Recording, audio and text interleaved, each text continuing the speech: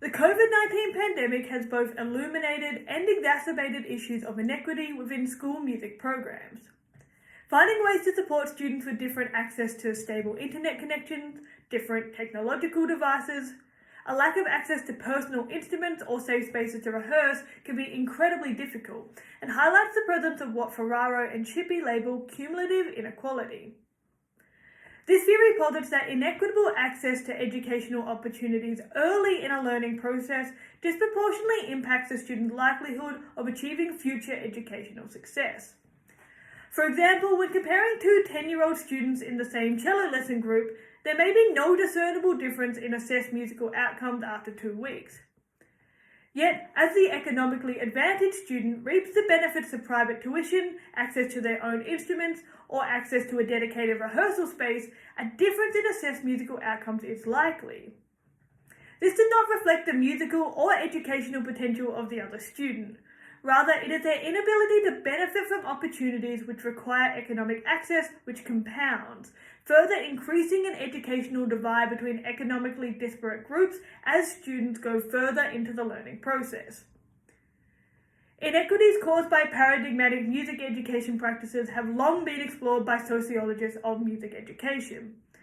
In addition, explorations of the ways in which online learning protocols have increased this gap throughout the pandemic are beginning to come to light.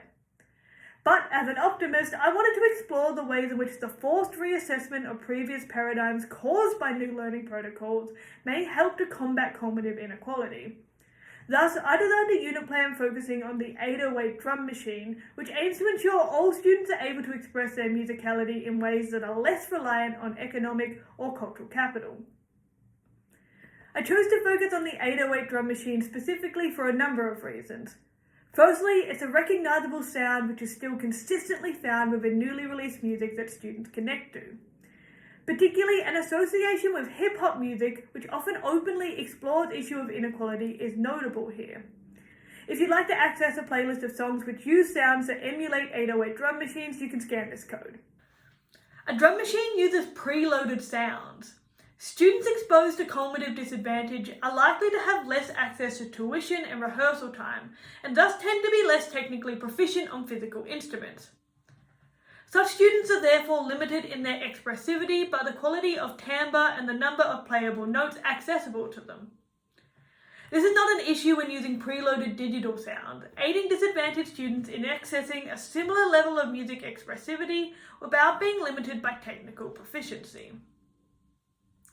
Relatedly, a drum machine is rarely notated using standard Western notation, the reading of which often requires long-term formal tuition. A color-coded grid notation system may be seen as more intuitive to non-formally trained musicians and helps to gamify the music reading process. And importantly, drum machines are free. There are countless online drum machines which could be used. I personally like the machine built into BandLab as it's equally accessible for students on all operating systems, regardless of whether they're using a laptop, Chromebook, tablet, or smartphone. This way, those students unable to afford laptops, particularly those with digital audio workstations preloaded, are able to engage with the exact same software and activities as their classmates. In the description below, you can find access to online workbooks and activities designed for students at a grade 7 and 8 level.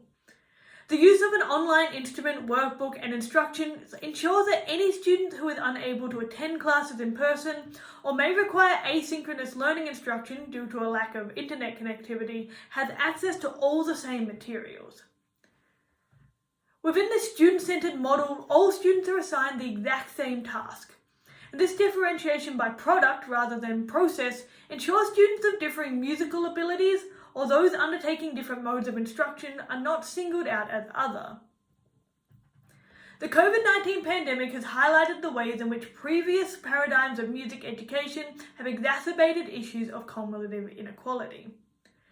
However, this forced reassessment of long-standing traditions centered around the development of technical proficiency on non-digital instruments may serve as a starting point of a new paradigm shift. The development of lesson and unit plans with accessibility for all students at the forefront of mind should not end as social distancing measures are limited.